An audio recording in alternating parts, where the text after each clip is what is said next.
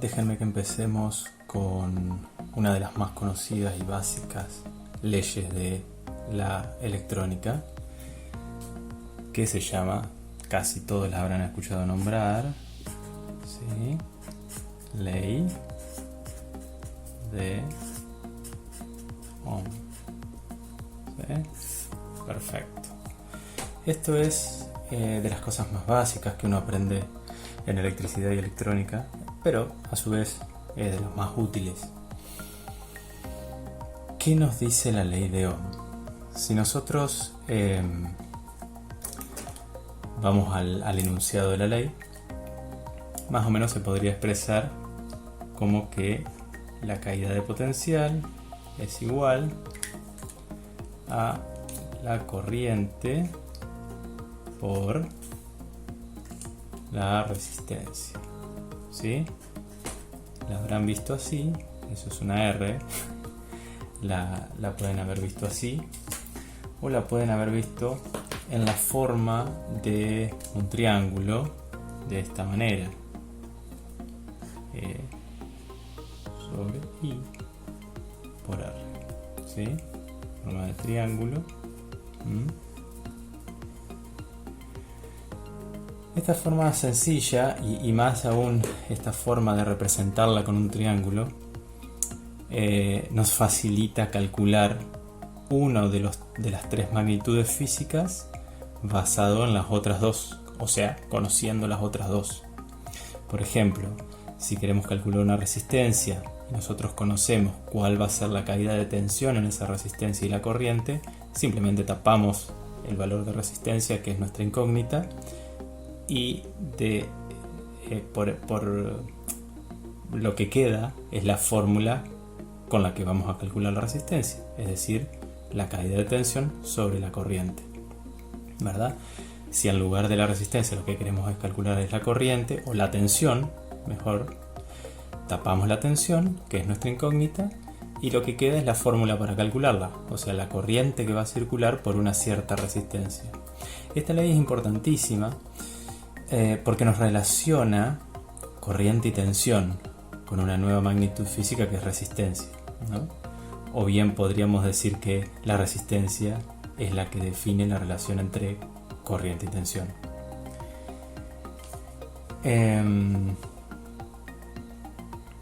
Esa es la ley, no hay más que eso, no hay más secreto y no hay más truco. Lo único que podemos hacer ahora es mirar algún ejemplo de cálculo. Miremos para qué sirve. Por ejemplo, si yo tuviera una fuente de tensión acá de 5 voltios, ¿sí? Esto es tensión continua, por supuesto.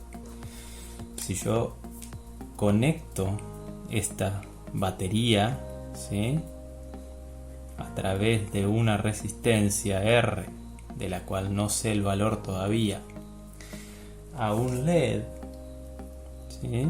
Digamos que este LED es un LED rojo, ¿está bien? Así que ahí está, un LED rojo. Vamos a completar el circuito a través de la parte negativa de nuestra batería, ¿sí? Y nosotros queremos saber el valor de esa resistencia. Bueno, acá de este dibujo, aunque no nos demos cuenta, tenemos bastantes más datos de los que parecen, porque no sé si ustedes lo saben, pero se los voy a comentar. Los LEDs, que son semiconductores y que se pueden modelar como un diodo, de ahí su símbolo, tienen una caída de tensión que depende de su fabricación. Más específicamente depende del color de ese LED. En este caso el LED va a ser rojo y la caída de tensión que va a haber entre los bornes de ese LED, es decir, entre este punto y este punto, son aproximadamente 2 volt, ¿sí? Entre 2 y 3 volt, o mejor dicho, entre 1,8 y 3 volt, más o menos. 2 es un valor típico, pero siempre habría que ir a ver la hoja del fabricante con del que estamos usando el LED, ¿no? Como les dije, la caída de tensión en los bornes del LED depende del color, porque de eso depende cómo se fabricó y qué materiales tiene. Si el LED que ustedes tienen, o para el que están calculando, es un LED verde, el LED verde también tiene entre 2 y 3 volts, más o menos, de caída de tensión. En cambio, un LED azul, si ustedes tienen un LED azul, van a tener aproximadamente entre 3 y 4 voltios, también dependiendo del fabricante. Por eso no les puedo dar un valor exacto, porque como les digo, depende del proceso de fabricación. También un LED blanco, supongamos que representamos esto como LED blanco, tiene entre 3 y 4 volts aproximadamente de caída. Así que nosotros, en función de esto, sabiendo que este LED es rojo, ya sabemos que entre acá y acá va a haber 2 voltios. ¿Sí? ¿De dónde saco esto? Como les dije, de la hoja de datos del fabricante. Acá justamente tengo una hoja de datos de un fabricante y siempre repito esto en las clases. Las hojas de datos son nuestra fuente más certera de información. No va a haber nadie que nos diga cómo funciona un dispositivo electrónico mejor que el fabricante. El fabricante es el que tiene toda la información y es el que quiere que nosotros sepamos cómo funciona su dispositivo. Entonces no puede falsear información. Hay muchos sitios, digo esto porque hay muchos sitios en internet que a propósito o no, tal vez a veces por ignorancia del que los escribe, tienen información que no es tan válida, ¿sí? Hay que tener mucho cuidado y hay que tener mucho criterio para seleccionar de dónde uno saca la información. Bueno, como les decía, esto es de un fabricante que se llama Vijay y esto es un LED común de 5 milímetros. Nos da todas las características eléctricas del LED y además siempre vienen acompañados los dispositivos ópticos de curvas, más que nada de curvas de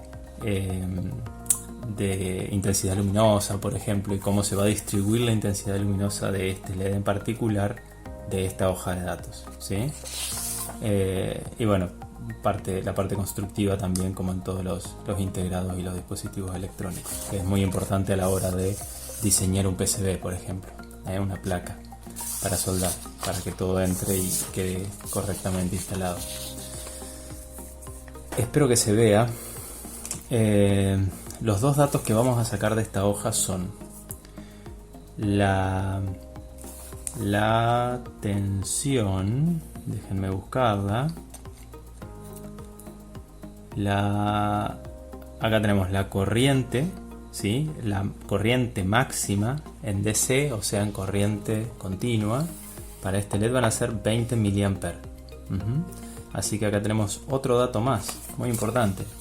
Nosotros sabemos que a través de este LED van a tener que circular un máximo de 20 mA. ¿Ok? Eso es un dato más. Ya sabemos que van a caer 2 volts y que el máximo de corriente que puede circular van a ser 20 mA. Perdón, no les mostré dónde dice que caen 2 volts. El dato que indica el voltaje está aquí, forward voltage, ¿sí? Acá nos indica que típicamente van a ser 2 volts, ¿ok?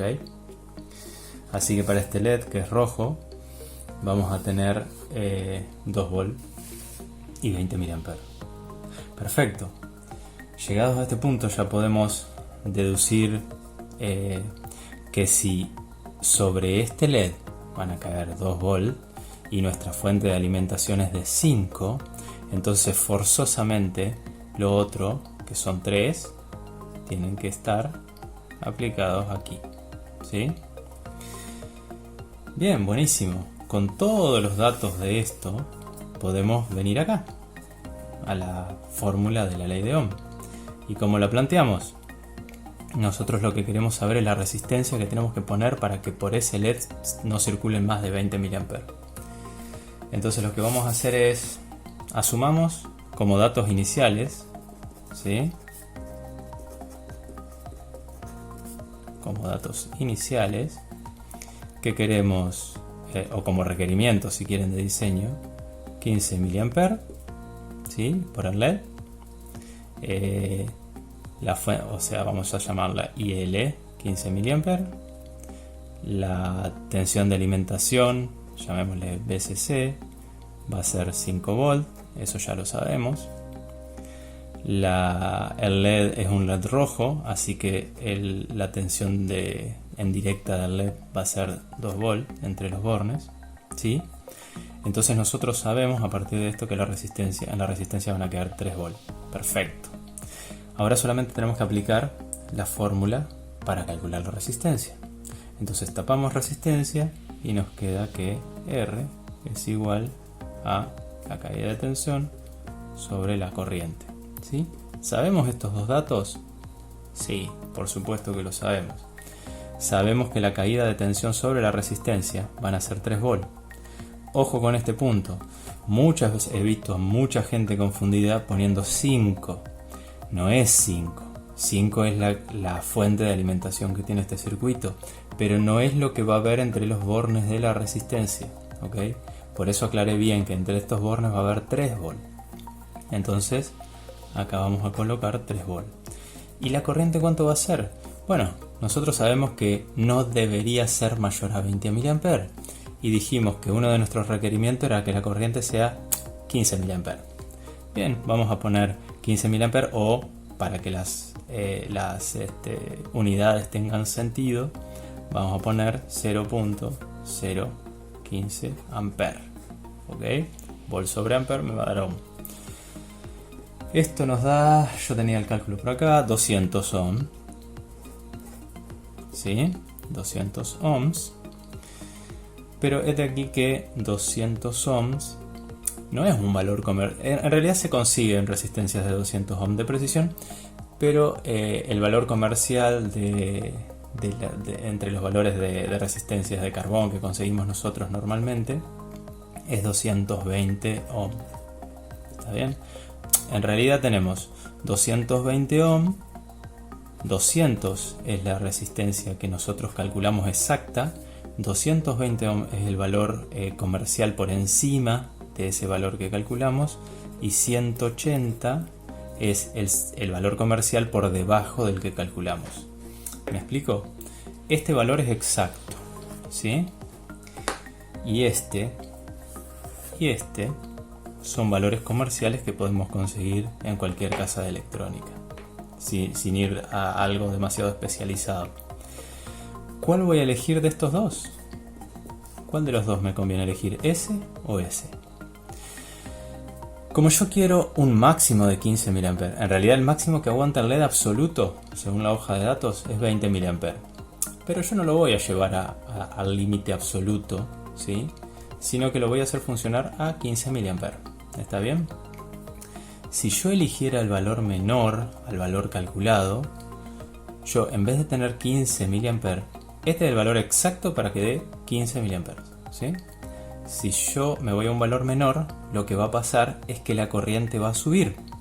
Entonces yo voy a tener más de 15 mA. Por eso en general, como para tener una guarda extra, yo voy a seleccionar este valor. Ahora, ya que selecciono este valor, que no es 200, yo sabía que con 200 ohm iba a tener 15 mA. Exactamente, en mi circuito. Pero ahora yo estoy poniendo 220. Entonces, ¿qué valor va a circular ahora? Porque no es 15, no es lo que calculé. Bueno, vamos a verlo. Lo que quiero saber es qué corriente va a circular con 220 ohm, ¿no? Entonces, volvemos a la ecuación de la ley de Ohm, tapamos la corriente porque es lo que quiero saber ahora, y vamos a poner la fórmula E sobre R.